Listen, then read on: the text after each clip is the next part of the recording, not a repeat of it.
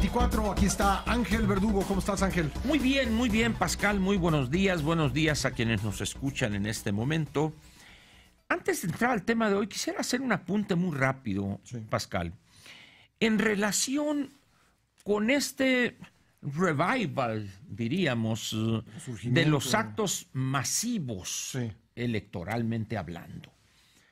Estos acarreos o estas reuniones o actos masivos fueron, pues vamos a decir, la divisa del PRI en los años del partido casi único y del dorado autoritarismo. Claro, el Zócalo lleno. Zócalo lleno, acarrear. Las grandes mantas con... Incluso se llegó, efectivamente, aquellas mantas de don Fidel Velázquez, del presidente, etcétera. Sí. Bueno, debes acordar incluso que cuando un presidente regresaba, bueno, primero cuando se iba a un viaje al exterior, pues ahí se hacía una gran despedida en el aeropuerto, sí, y luego al regreso pues eran concentraciones para recibir, ¿verdad? López Mateos fue el que también, que vamos a decir, llevó eso a un elevado nivel. Después en las campañas, bueno, pues era la matraca y todo esta escenografía que se montaba. Poco a poco estos actos, pues la realidad los alcanzó, el destino los alcanzó y dejaron ver que en realidad para nada servían. En aquellos años el PRI ganaba porque era el partido único, porque había un control total del Ejecutivo, de tal manera que cuando se daba el destape, o como se decía en esos años, pues ya se sabía quién sería el próximo presidente de la República. De tal manera que esas concentraciones eran una especie de legitimación para mostrar que el candidato era popular. Esos caen en desuso y hoy, una vez más, y lo curioso es que el PRI revive eso con un candidato que dice y vuelve a decir que no es del PRI. Entonces dice uno, bueno, pero lo malo, lo curioso de esto, Pascal, es cuando hay personas que le agregan a esto un valor efectivo en términos de rentabilidad electoral. Ignoran, o si lo saben, se hacen como el tío Lolo, que hay una industria hoy, Pascal, del acarreo. Pues sí. Tú vas, por ejemplo, juntaron 25,000 personas en Pachuca. Bueno, pues yo hago la cuenta, 25,000, debe haber personas que se dedican a eso, a llevar, pongamos 500 pesos por cabeza, tú pagas el transporte, de tal manera que es un acto que debe de costarte, pues no sé, 7, 8, 10 millones de pesos. Si eso lo multiplicas por 15 o 20 actos en el país, pues ya te gastaste la mitad de los gastos de campaña, no más en esos 10 actos.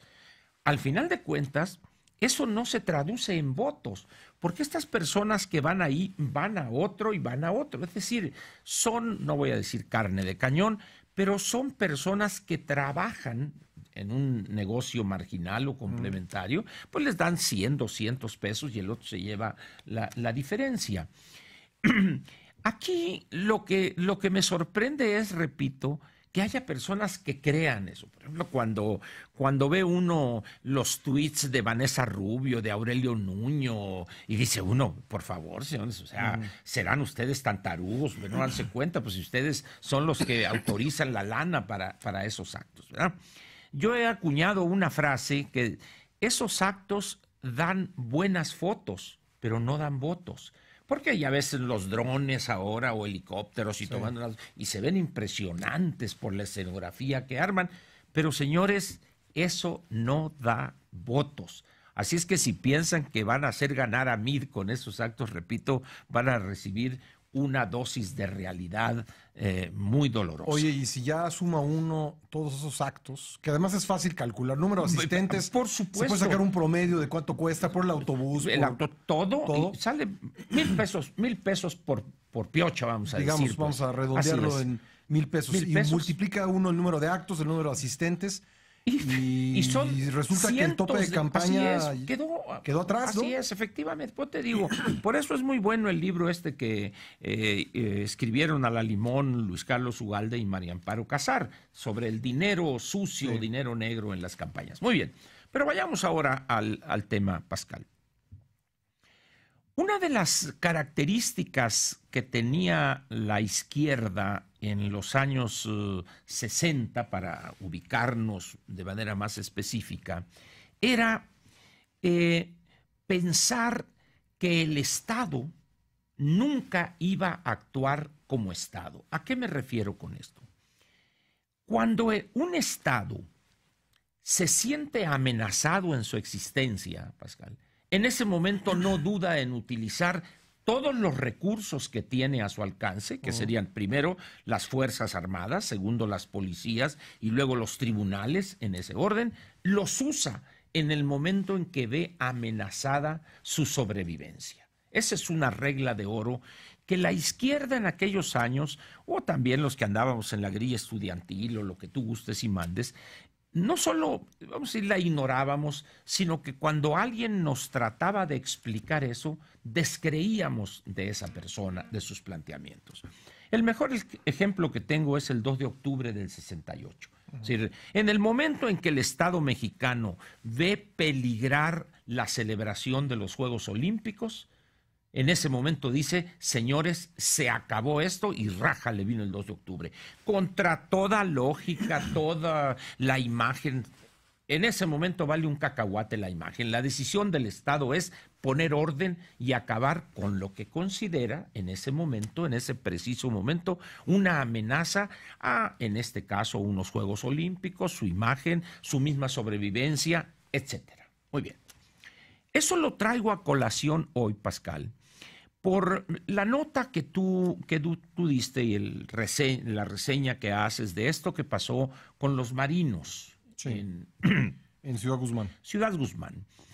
Aquí vuelvo y tomo algo que me he cansado de decirlo es, yo no recuerdo una época en México donde haya tenido un grupo opositor al Estado, y no estoy calificando si es un grupo de guerrillero por motivaciones ideológicas, o legal o ilegal. Es decir, no ha habido, al menos que yo recuerde en la historia contemporánea de este país, de los años 40, 50 a la fecha, un movimiento que haya tenido tal base social como la tiene hoy los grupos delincuenciales dedicados al narcotráfico. Eso es terrible. Es una cosa increíble. Y que le podemos encontrar mil explicaciones, justificaciones, ausencia. Pero el hecho ahí está. De la autoridad. Etcétera, etcétera, que la ley y que esto. Sí.